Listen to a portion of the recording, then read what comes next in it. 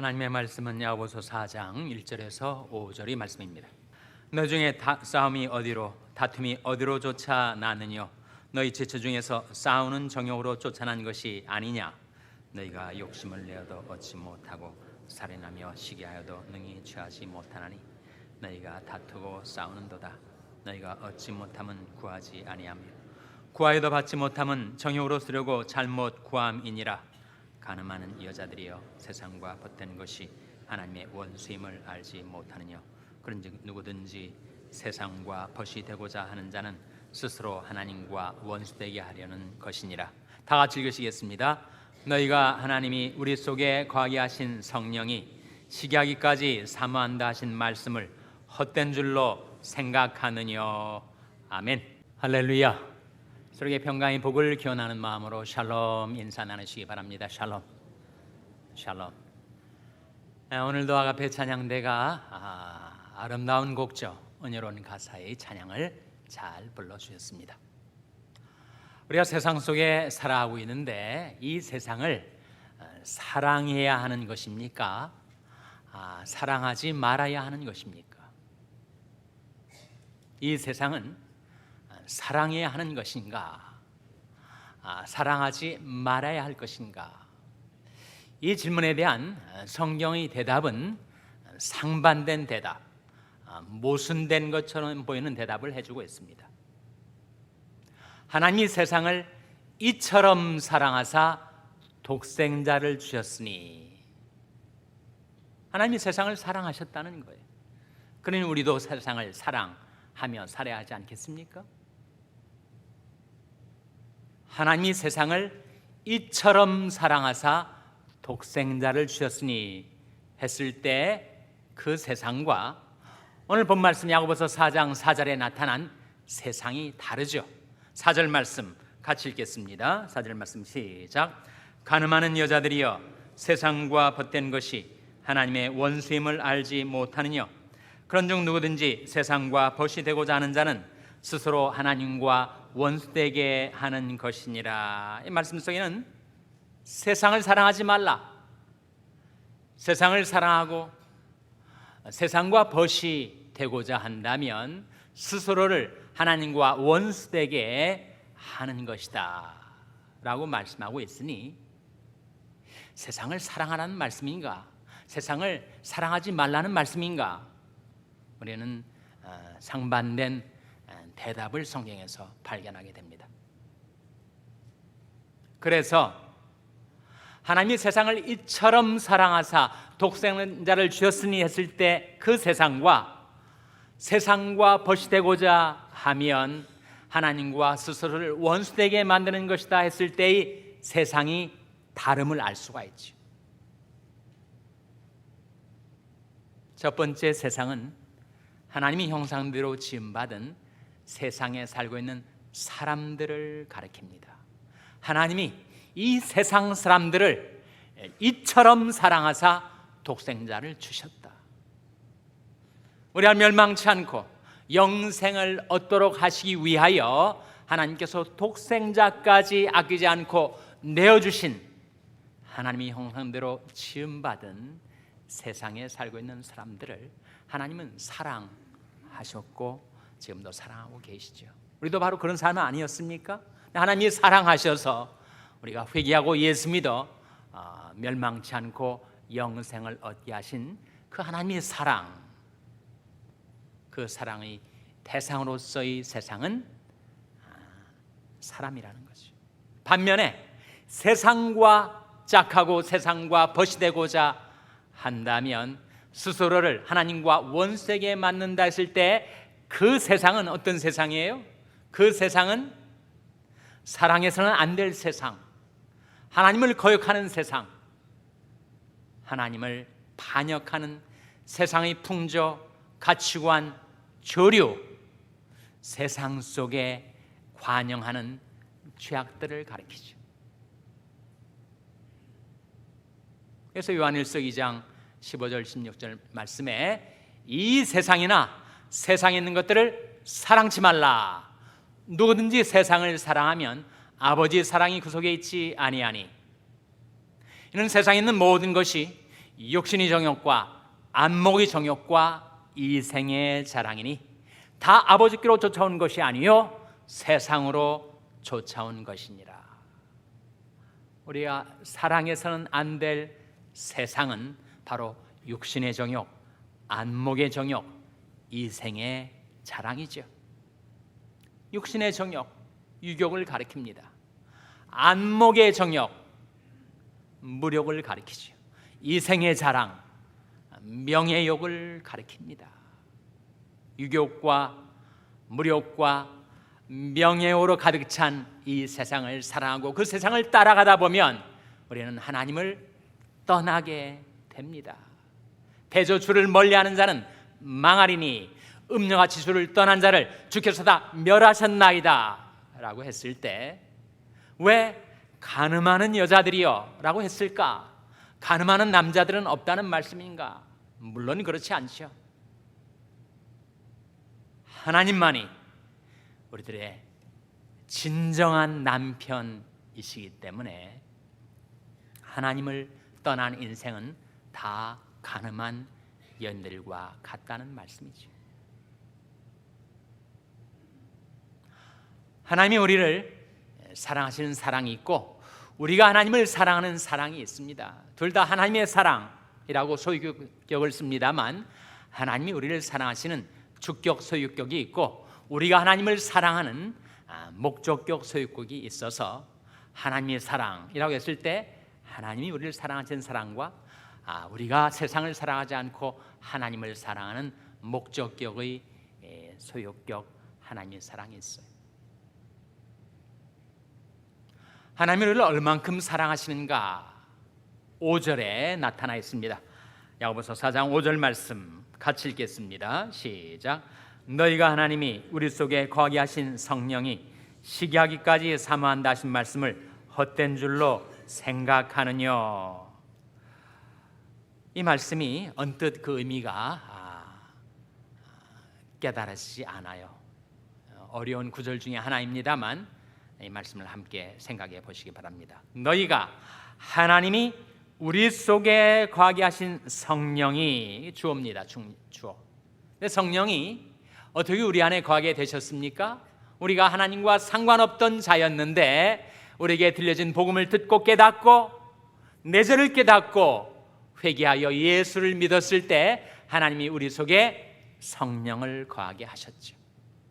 그 성령이 시기하기까지 사모한다라고 했을 때 그 사모한다라는 동사의 목적어가 뭡니까? 누구를 그렇게 사모한다는 거예요? 그 목적어는 다름 아닌 바로 우리죠. 우리 안에 계신 성령이 우리를 사모하고 사랑하시기를 어느 정도로 하시는가? 시기하기까지. 남편과 아내와의 관계에서 부정이 틈타면 시기심이 작동을 합니다. 아가서에 나온 말씀인데 사랑은 죽음같이 강하고 투기는 음부같이 잔혹하다 그런 말씀이 나와요. 남편이 자기를 버리고 다른 여인을 사랑하면 그 아내의 마음속에 질투의 불길이 일어나죠. 반대로 남편이 자기를 버리고 아내가 다른 남자를 사랑하면 남편의 마음에 불같은 투기, 시기심이 일어납니다.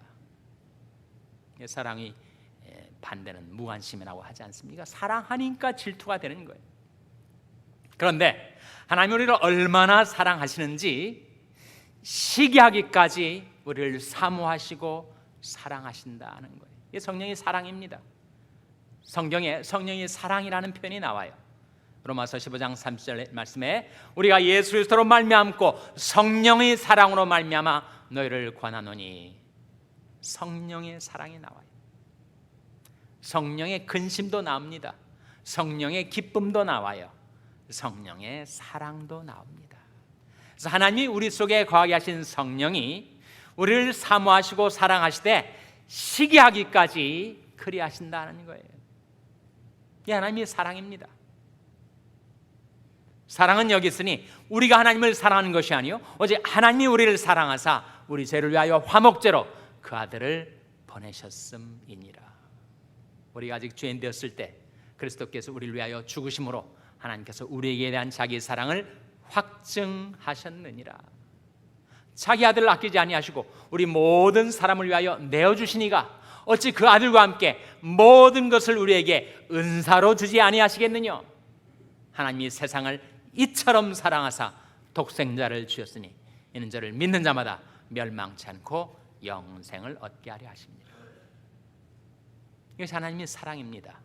하나님이 우리를 사랑하시는 사랑이죠. 그 사랑을 받은 우리가 이제 하나님을 사랑하는 사랑이 바로 아버지 사랑인데, 우리 마음 안에 세상 사랑이 너무 많이 들어와 있으면 하나님을 사랑할 수 있는 마음의 여유, 마음의 공간이 없어지게 된다는 거죠. 누군지 세상을 사랑하면 아버지의 사랑이 그 속에 있지 아니하니 했을 때 그 아버지의 사랑은 우리가 하나님을 사랑하는 사랑을 가리킵니다.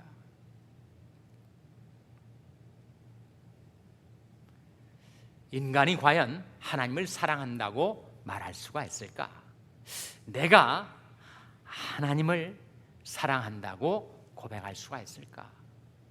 하나님이 나를 사랑하신다는 사랑을 고백할 수는 있어도 과연 부족하고 부끄러운 내가 하나님을 사랑한다고 말할 수가 있을까?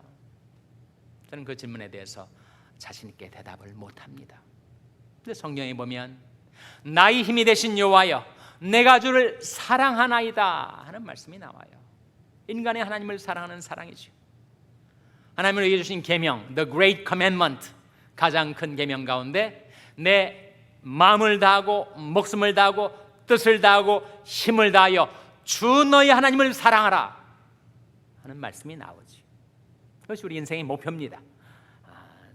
내 비록 지금은 하나님을 사랑한다고 말할 수 없어도 내 믿음, 내 소망이 커지면서 사랑의 열매가 맺어질 때 나도 시편 기자처럼 하나님을 사랑한다고 말하게 될 거야. 여러분, 믿음, 소망, 사랑의 관계에 어떤 관계가 있죠? 믿음, 소망, 사랑의 관계는 어떤 관계입니까?